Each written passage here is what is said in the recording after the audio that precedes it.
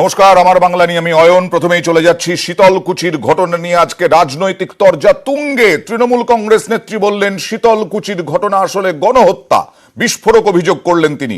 আর মমতা বন্দ্যোপাধ্যায়ের উস্কানিতেই শীতলকুচি, পাল্টা আক্রমণ Amit Shah.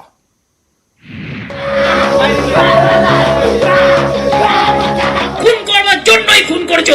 It's a brutal murder, genocide, গণহত্যা, গণতন্ত্র হত্যা, ভোটের লাইনে লজ্জা লজ্জা লজ্জা। ভোট চতুর্থী রক্তাক্ত। শীতলকুচির জোরপাটকির ১২৬ নম্বর বুথে কেন্দ্রীয় বাহিনীর গুলিতে মৃত্যু হয় ৪ জনের। ভোটের রাজনীতিতে ঝড়।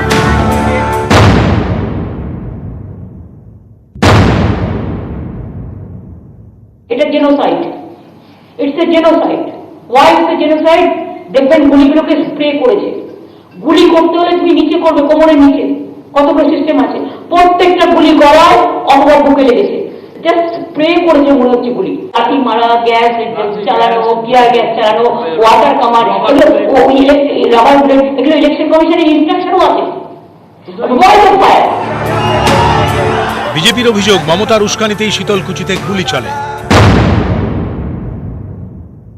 मैं पूछना चाहता हूं कि क्या आपका वो भाषण वो 4 लोगों के मृत्यु के लिए जिम्मेदार नहीं है क्या? आपने उनको उकसाकर एक गोलीबारी का कारण दिया है। ममता दीदी के पास अभी भी समय है। ये जो उन्होंने भाषण किया था, इसके लिए बंगाल की जनता के समक्ष माफी मांगा। গতকালের ঘটনার জন্য খুবই দুঃখিত। হোয়াট ফর আমি বুঝতে পারছি না। এই সন্ত্রাস কেন এই উস্কানিতে সবাই পা বাড়াচ্ছে? পা বাড়াবেন না। বিজেপি সরকার এলে কোনো রাইটস হবে না, সন্ত্রাস হবে না, হিংসা হবে না, চালেন। আমি একটা বডি ছবি দেখতে পাচ্ছি না। কালকে আমি একবার একটা ছবি দেখেছি, দেখে আমি হোল নাইট ঘুমাইনি, ক্লিন দিয়ে চলে যাচ্ছে। তার মানে এরা মিষ্টি মুখে খুন করতে পারে, রসগোল্লা থেকে খুন করতে পারে।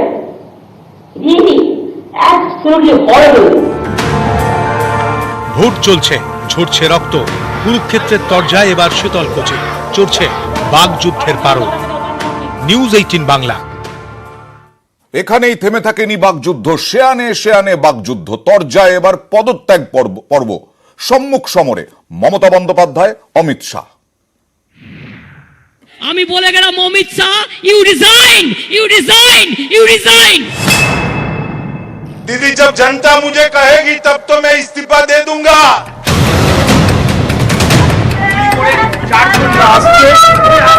ভোটের দিন কোচবিহার রক্তাক্ত, প্রাণ যায় 5 জনের। মমতার নিশানায় শাহ।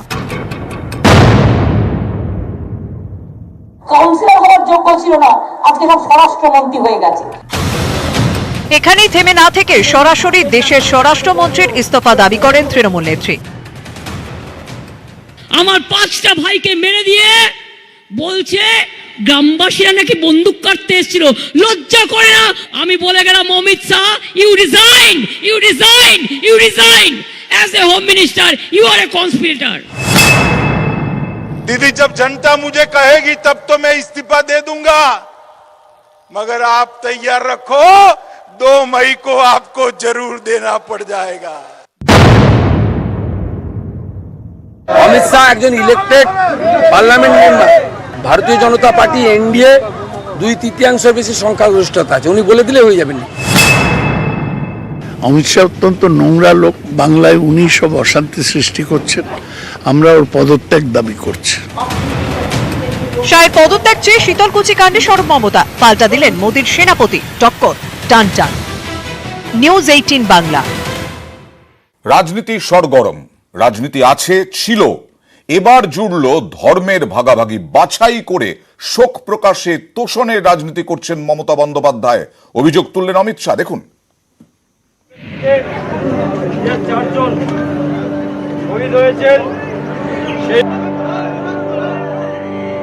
ওইখানে গিয়ে তো হঠাৎ করে গুলি মারে, সে তো মৃত্যু হয়ে গেল। এখন তো আমরা তো অসহায়। ममता दीदी सिर्फ 4 लोगों को श्रद्धांजलि देती है। आनंद बर्मन की मौत की उनको नहीं पड़ी। आनंद बर्मन एक राजवंशी समाज का नवयुवा है। वो उनकी वोट बैंक के लिए अनुकूल नहीं था। শীতলকুচি বিধানসভার দুই প্রান্তে 5 জনের মৃত্যু, চোরপাটকি কেন্দ্রীয় বাহিনীর গুলিতে প্রাণ গেছে 4 জনের। অন্যদিকে পাঠানকুড়িতে ভোট দিতে গিয়ে আর বাড়ি ফেরা হয়নি তরুণ আনন্দ বর্মনের। সেই মৃত্যু নিয়েই এবার ভাগাভাগি দড়ি টানাটানি। भारतीय जनता पार्टी के कार्यकर्ता की मृत्यु हो गई। प्रियो ममता दीदी, आपकी वोट बैंक की क्षति होती है तो आंसू आता है। ये राजवंशी समाज का युवा मर गया, आपके दिल पर कोई असर नहीं है। वोट बैंक और तुष्टीकरण की जो राजनीति करते हैं, उनको ज्यादा समय राज करने का अधिकार नहीं है। ওটা বিজেপি না, ওটাও আমাদের।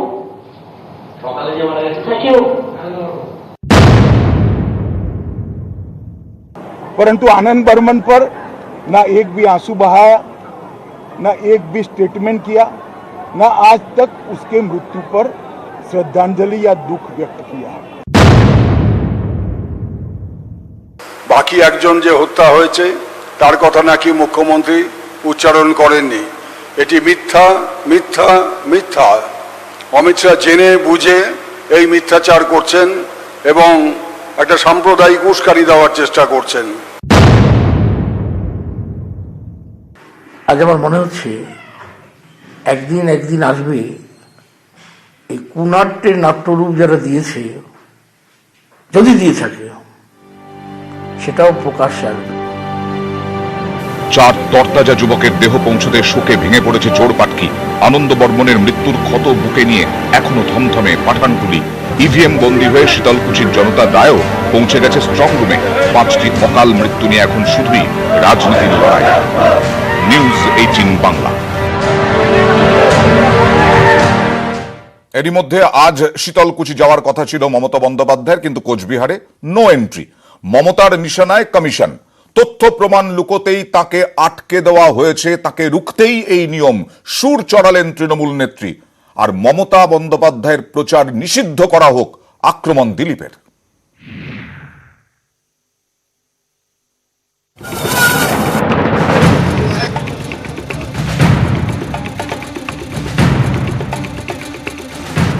মাথাভাঙায় বাহিনীর গুলিতে মৃত্যু, ভোটের বাংলা গরম।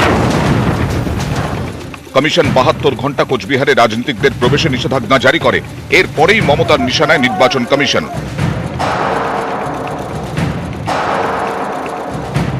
নজিরবিহীন ঘটনা আমাকে যেতে না দেওয়ার জন্য এই আইনটা করেছে। আমি যাতে পরিবারগুলোর সাথে দেখা করতে না পারি, দুঃখী পরিবারগুলোর সাথে 72 ঘন্টা আটকে দেওয়া হলো। আমি 14 তারিখ তাদের সাথে দেখা করবো। টুইটে মমতা লেখেন, নির্বাচন কমিশনের উচিত মডেল কোড অফ কন্ডাক্টের নাম বদলে মোদি কোড অফ কন্ডাক্ট করে দেওয়া। এমসিসিটা এখন হয়ে গেছে BJP code of conduct, BCC. এটা এখন বিজেপি কোড অফ কন্ডাক্ট হয়ে গেছে। They want to suppress that. দেখতেই পাচ্ছেন যে আমরা যেখানে রয়েছি ঠিক মাথাভাঙা মহকুমা হাসপাতাল, যেখানে আহতরা এখনো পর্যন্ত চিকিৎসাধীন। ঠিক তার পাশেই যে মাঠটি রয়েছে, সেই মাঠে হেলিপ্যাড তৈরির কাজ শুরু হয়েছিল গতকাল থেকেই। মাথাভাঙায় মমতার যাওয়ার কথা থাকায় হাসপাতালের মাঠের পাশে তৈরি হচ্ছিল হেলিপ্যাড। কমিশনের নিষেধাজ্ঞায় তা স্থগিত। এদিকে এই হেলিপ্যাডের ওপর পুলিশের বাস রেখে দেওয়া হয়। দাদা, এইখানে কেন বাসটা রাখলেন? আমাকে রাখতে বললো। কে রাখতে বললো? এ থানার থেকে নিয়ে হেলিপ্যাডের সামনে রাখতে বললো? হ্যাঁ, এখানে বললো কি থাকুক। এই হেলিপ্যাডের সামনেই? হ্যাঁ হ্যাঁ। সেন্ট্রাল কোর্ট দিয়ে গুলি করে দিচ্ছে, মানুষ মেরে দিচ্ছে, দিয়ে আবার বলছে ক্লিন চিট দিয়ে দিচ্ছে আত্মরক্ষার জন্য। আর এসপিকে দিয়ে এইসব বিবৃতি দিচ্ছে, তার কারণ he is been appointed by BJP. যেতে না পারলেও মমতা এদিন মৃতদের পরিবারের সঙ্গে ভিডিও কলে কথা বলেন। আমরা দেখাও করবো আপনাদের সাথে, আমি দেখাও করবো, কিন্তু আমাকে যেতে দেয় সুপারভাইজ করে। যাই হোক, আমি 14 তারিখে যাওয়ার চেষ্টা করবো। আমি হচ্ছে রয়্যাল বেঙ্গল টাইগার। আমি শিলিগুড়িতে বসে প্রেস কনফারেন্সের সামনে ভিডিও কানেক্ট করে যারা মারা গেছে তাদের পরিবারের সাথে আমি কথা ইতিমধ্যেই বলে এসেছি। ওখানে যে মৃত্যু হয়েছে তার জন্য মমতা ব্যানার্জি দায়ী। তার বিরুদ্ধে কেস হওয়া উচিত এবং নির্বাচনী প্রচার থেকে তাকে ব্যান করা উচিত। উনি চিরদিন রক্তের হোলি খেলেছেন, ডেড বডি নিয়ে, লাশ নিয়ে রাজনীতি করেছেন। আমার মনে হয় তাকে এটা করতে দিলে বাংলার অনেক ক্ষতি হয়ে যাবে। পারদ চড়ছে, মাথাভাঙা কাঁপছে। 72 ঘন্টা পরেই মাথাভাঙায় যাবেন মমতা বন্দ্যোপাধ্যায়। নিউজ 18 বাংলা। মমতা বন্দ্যোপাধ্যায় যে দমে যাননি তাও বুঝিয়ে দিলেন। তিনি বললেন তিনি রয়্যাল বেঙ্গল টাইগার, কারণ কোচবিহারে ঢোকার দরজা বন্ধ, তাই ভিডিও কলে কথা। মাথা ভাঙার নিহত 4 পরিবারের সঙ্গে কি কথা হলো মমতা বন্দ্যোপাধ্যায়ের, দেখুন।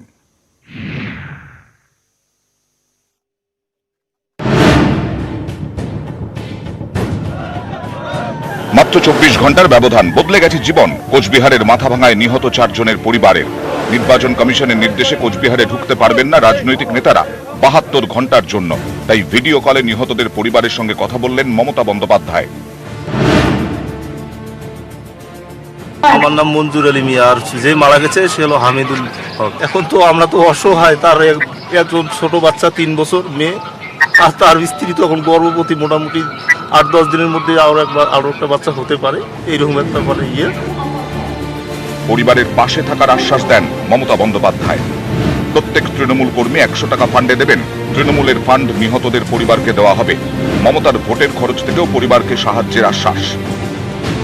মারা গেছে তার পরিবারকে সম্পূর্ণভাবে আমরা দায়িত্ব নিচ্ছি, তার পরিবারের দায়িত্ব সম্পূর্ণভাবে আমরা নিচ্ছি।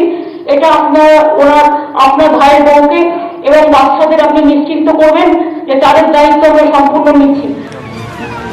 শিলিগুড়ির হোটেল থেকে মুখ্যমন্ত্রী নিহতদের পরিবারের সঙ্গে কথা বলছিলেন। হাসপাতালের মর্গের সামনে অপেক্ষায় ছিলেন তারা।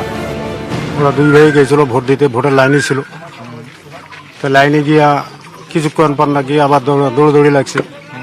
তা ওই সময় ওই ছোট ভাইটা ভাগতেছিল, এই সময় এক পুলিশ মানে সেন্ট্রাল বাহিনী আইসা ওর ছোট ভাইটাকে মাইরেছে, পিছনে মাইরা ফেলে দিছে। ধরার পর ওর ভাই কি করছে, দৌড়ে যা ধরে ফেলছে। এখন ধরার পর তখন ওই ভাইটাকে ওই 7 গুলি মেরে দিয়েছে। এখন মনে করো ওদের গরিব ফ্যামিলি, রাজমিস্ত্রি কাজ করে খায়, তাদের একটা 45 দিনকের বাচ্চা আছে। এখন এগুলোকে কে দেখবে? আর একদিকে যখন মৃতর মরদেহ নিয়ে আসা হয়েছে, অন্যদিকে দেখতেই পাচ্ছেন যে গ্রামবাসীরা সেই বুথের সামনে বসে রয়েছেন। দেহ গ্রামে পৌঁছানোর অপেক্ষা। যে বুথে গন্ডগোল হয়েছিল তখন সেই বুথের বাইরে গ্রামবাসীরা। 24 ঘন্টা আগে ভিড় ছিল ভোটের লাইনের ভিড়, আর আজকে এই গ্রামের মানুষ এই মাঠে এসছেন তারা শেষ শ্রদ্ধা জানাতে। এদিন নিহতদের পরিবারের প্রতি শ্রদ্ধা জানান মমতা বন্দ্যোপাধ্যায়। ক্যামেরায় সুদীপ গুছাইত, সুমন বসুর সঙ্গে অর্ণব হাজরা ও সোমরাজ বন্দ্যোপাধ্যায়, নিউজ 18 বাংলা। বাংলায় নিয়ে আসবো নীলমণি দানাকে। না, কোনো সেলিব্রিটি নন। রাজ্যে বিজেপি সরকার এলে তবেই জুতো পড়বেন কেতুগ্রামের এক বিজেপি কর্মীর ধনুক ভাঙা পণ। এবার হয়তো প্রতিজ্ঞা পূরণ হবে, আশা তার পরিবারের। দেখুন।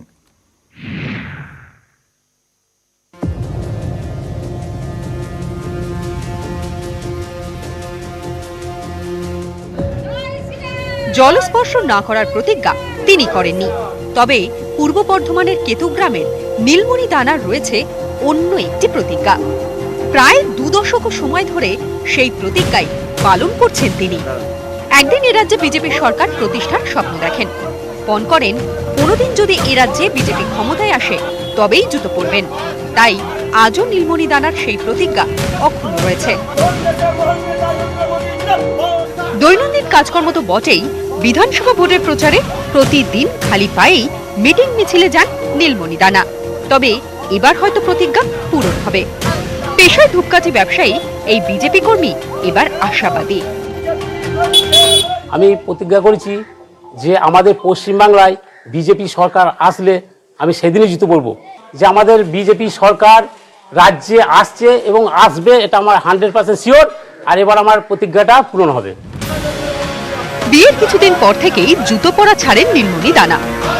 স্বামীর এই অদ্ভুত আচরণে প্রথমে বেশ কিছুটা অবাকই হন রাখি দানা। আমাকে কিছু বলতো না, বলতাম যে কেন পড়ছো না, তো বলতো আমার অসুবিধা আছে। আমার বাবাদের ওদিকে বা আত্মীয় স্বজন সবাই বল ও তাহলে কোনো মানসিক টানসিক আছে হয়তো, তারপরে ও ঠিক পূরণ হলে পড়বে, এই কথাই বলতো। কেবল স্ত্রী নয়, এই অদ্ভুত আচরণে বিভিন্ন সময়ে ছেলে মেয়েকেও অপ্রস্তুতে ফেলেছেন নীলমণি দানা। বন্ধু বান্ধব সবাই জিজ্ঞেস করতো যে তোর বাবা কেন জুতো পরে না, এবার তখন ঠিক কারণটা বলতে পারতাম না। এখন জিজ্ঞেস করলে ওটাই বলি যে বাবা বলেছে এরকম বিজেপি সরকার যতদিন ক্ষমতায় আসবে ততদিন আর জুতো পরবে না, এবার ক্ষমতা আসার পর উনি জুতো পরবেন। কি হবে 21 বিধানসভা ভোটের ফল জানা যাবে 2রা মে। তার 2 দশকের প্রতিজ্ঞাও কি সেদিন পূরণ হবে? অপেক্ষায় নীলমণি দানা। পূর্ব বর্ধমান থেকে রণবীর মুখোপাধ্যায়, নিউজ 18 বাংলা। एक भी नाम राष्ट्रीय फलक पर आपको दिखाई पड़ता है, सच बताना भाइयों, मैं तो पूछने आया, समझना है मुझे, दिखाई पड़ता है क्या? दिखाई पड़ता है क्या? क्यों, क्या हुआ? जिस बंगाल दो नोबेल प्राइज लेकर रहा है, वनस्पति में जीव है वो भी बंगाली ने ढूंढा, साहित्य का नाम नोबेल प्राइज गुरुवर टागोर लेकर आए, वंदे मातरम भी बंकिम चंद्र चट्टोपाध्याय ने दिया, जनगण मन भी गुरुदेव टागोर ने दिया। वो बंगाल को क्या हो गया है? वो सोचना चाहिए नहीं सोचना चाहिए? जरा बोलिए ना भैया, सोचना चाहिए नहीं सोचना चाहिए? या फिर खेला हो गए, खेला हो गए, खेला हो गए, खेला हो गए। वो अगर सोचना है तो परिवर्तन करना। 1977 से लेकर पहले कम्युनिस्ट और फिर 10 साल ममता दीदी ने बंगाल की आत्मा का सत्व निचोड़ कर रख दिया। वो सत्व को जागरूक करने का समय आ गया। मैं जिस प्रदेश से आता हूं वो प्रदेश में 1200 फुट नीचे पानी, उसका एग्रीकल्चर ग्रोथ रेट 16%। बंगाल का एग्रीकल्चर ग्रोथ रेट 10 साल में भी 16%।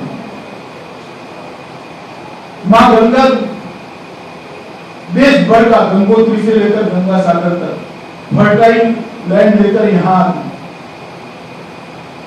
शुद्ध पानी, निर्मल पानी आता, मगर यहां 12% किसान ही 3 टाइम खेती कर पाते, 3 क्रॉप ले पाते। दुनिया का सबसे अच्छा ब्रेड बंगालियों के पास, मगर सारे शिक्षा संस्थान खस्ता हाल पर।